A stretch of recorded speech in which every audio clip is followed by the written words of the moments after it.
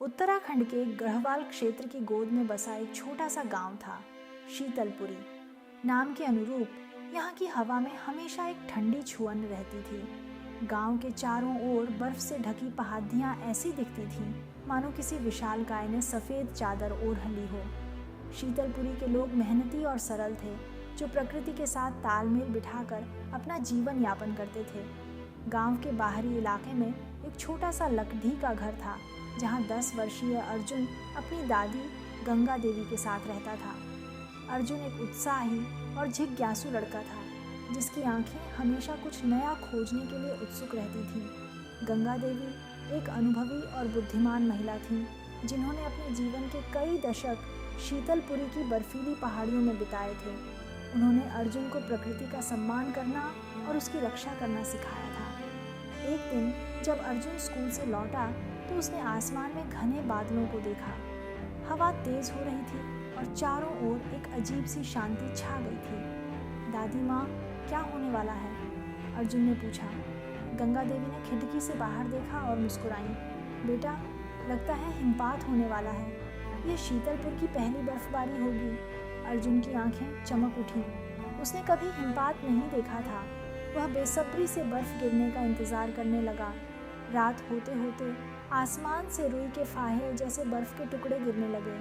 धीरे धीरे गांव और पहाड़ियाँ सफ़ेद चादर से ढक गईं। अर्जुन खिड़की के पास बैठा टकटकी लगाए बर्फबारी को देखता रहा।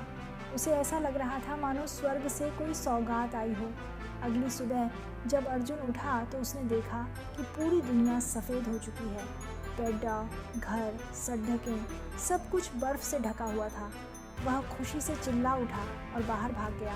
अर्जुन, धीरे चलो, फिसल जाओगे। गंगा देवी ने पीछे से आवाज़ दी। अर्जुन ने अनसुना कर दिया और बर्फ़ में खेलने लगा। उसने बर्फ़ के गोले बनाए और हवा में उछाले। वह बर्फ़ में लेट गया और ऊपर आसमान की ओर देखने लगा। तभी उसकी नज़र एक अजीब चीज़ पर पड़ी। पहाड़ी की चोटी पर उसे एक आकृति दिखाई दी। वह आकृति सफ़ेद थी और लगभग बर्फ़ में घुल मिल गई थी। दादी माँ, वह क्या है? अर्जुन ने पूछा, अपनी उंगली से आकृति की ओर इशारा करते हुए। गंगा देवी ने अपनी आंखें सिकोड़ दी और उस दिशा में देखा।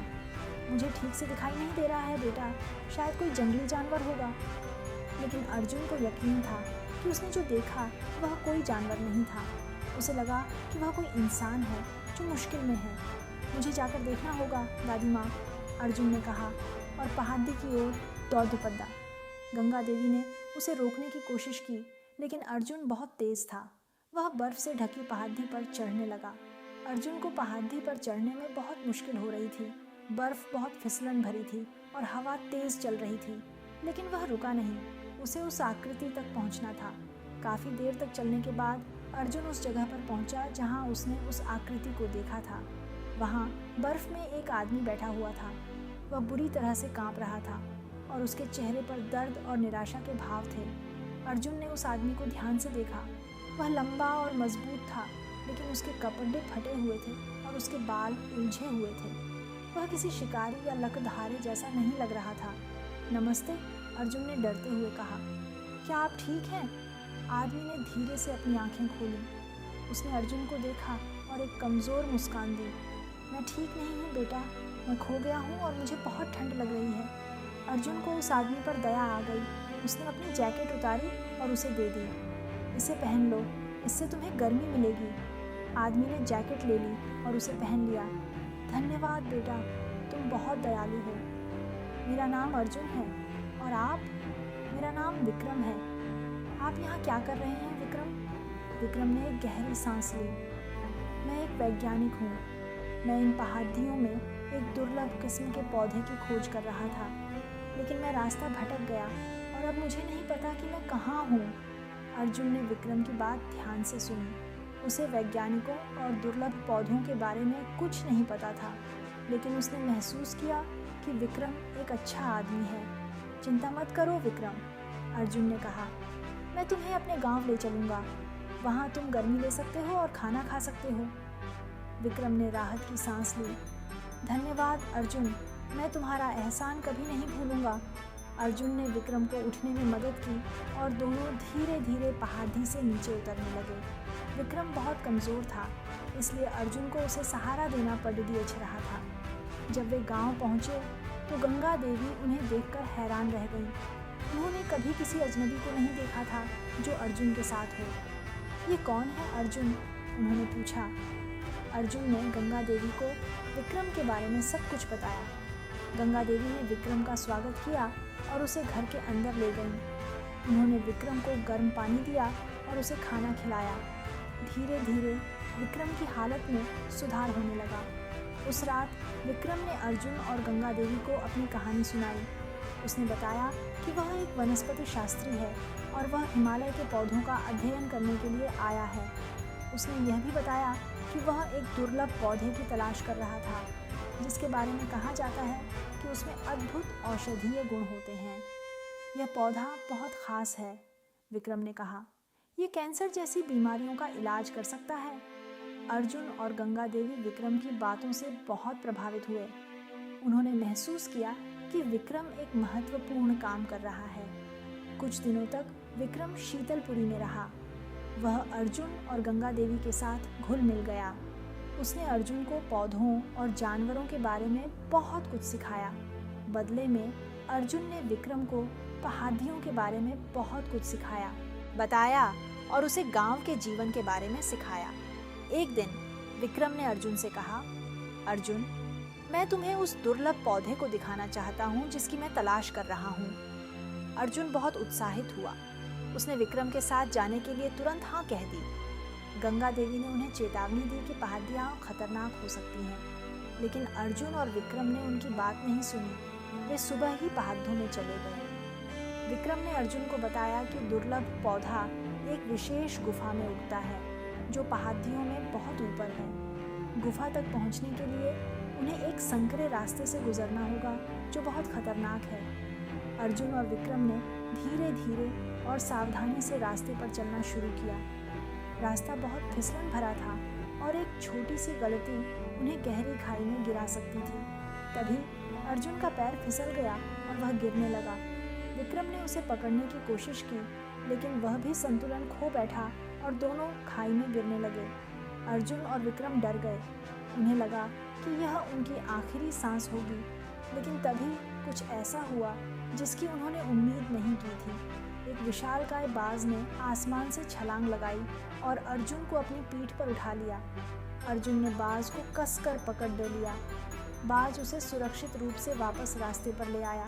विक्रम भी किसी तरह खाई से बाहर निकलने में सफल रहा। वह अर्जुन को देखकर बहुत खुश हुआ। तुम ठीक हो अर्जुन? उसने पूछा। हाँ, मैं ठीक हूँ, अर्जुन ने कहा। लेकिन वह बाज कौन था? विक्रम ने मुस्कुराकर कहा, मुझे लगता है कि वह पहाड़ों का रक्षक था। उसने तुम्हें बचाया क्योंकि तुम एक अच्छे इंसान हो। अर्जुन बाज के बारे में सोचकर हैरान था। उसने कभी नहीं सुना था कि पहाड़ों में कोई रक्षक भी होता है। कुछ देर बाद अर्जुन और विक्रम गुफा तक पहुंच गए। गुफा के अंदर उन्होंने वह दुर्लभ पौधा देखा जिसकी विक्रम तलाश कर रहा था। पौधा छोटा और हरा था और उसमें छोटे छोटे सफ़ेद फूल लगे थे। विक्रम ने पौधे को ध्यान से देखा और मुस्कुराया। यह वही है, उसने कहा। यह वह पौधा है जो लोगों की जान बचा सकता है। विक्रम ने पौधे के कुछ नमूने लिए और उन्हें अपने बैग में रख लिया। फिर वे गुफा से बाहर निकले और वापस गांव की ओर चल दिए। जब अर्जुन और विक्रम गांव पहुंचे तो गंगा देवी उन्हें देखकर बहुत खुश हुई। उन्होंने उन्हें गले लगाया और उनका स्वागत किया। विक्रम ने गंगा देवी को दुर्लभ पौधे के बारे में बताया और उन्हें बताया कि यह लोगों की जान कैसे बचा सकता है। गंगा देवी विक्रम की बातों से बहुत प्रभावित हुई। अगले दिन विक्रम ने शीतलपुरी से विदा लेने का फैसला किया। उसने अर्जुन और गंगा देवी को धन्यवाद दिया और उनसे वादा किया कि वह उन्हें कभी नहीं भूलेगा।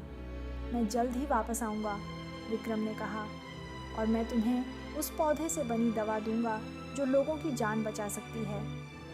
अर्जुन और गंगा देवी ने विक्रम को विदाई दी और उसे शुभकामनाएं दी। विक्रम पहाड़ों से नीचे चला गया और शीतलपुरी गांव में शांति छा गई। समय बीतता गया और अर्जुन बद्धा हो गया। उसने विक्रम की तरह एक वैज्ञानिक बनने का फैसला किया। उसने पौधों और जानवरों का अध्ययन किया और लोगों की जान बचाने के लिए नई दवाएं खोजी। एक दिन अर्जुन को एक पत्र मिला। पत्र विक्रम ने भेजा था। विक्रम ने लिखा था कि उसने दुर्लभ पौधे से एक दवा बनाई है जो कैंसर का इलाज कर सकती है। विक्रम ने अर्जुन को उस दवा की कुछ खुराकें भेजी। अर्जुन ने उन दवाओं को गांव के लोगों को दिया जो कैंसर से पीड़ित थे। दवा ने चमत्कारिक रूप से काम किया और सभी रोगी ठीक हो गए। शीतलपुरी के लोग बहुत खुश हुए। उन्होंने अर्जुन और विक्रम को धन्यवाद दिया और उन्हें अपना हीरो माना। अर्जुन ने महसूस किया कि उसने अपने जीवन का उद्देश्य पा लिया है। उसने लोगों की मदद करने और दुनिया को एक बेहतर जगह बनाने का फैसला किया और इस तरह बर्फीली पहाड़ियों का दोस्त अर्जुन अपने गांव और अपने देश के लिए एक महान वैज्ञानिक और एक महान इंसान बन गया। अंतिम संदेश: प्रकृति का सम्मान करें और उसकी रक्षा करें। प्रकृति में अद्भुत शक्तियां हैं जो लोगों की जान बचा सकती हैं। हमेशा दूसरों की मदद करें, खासकर उन लोगों की जो मुश्किल में हैं।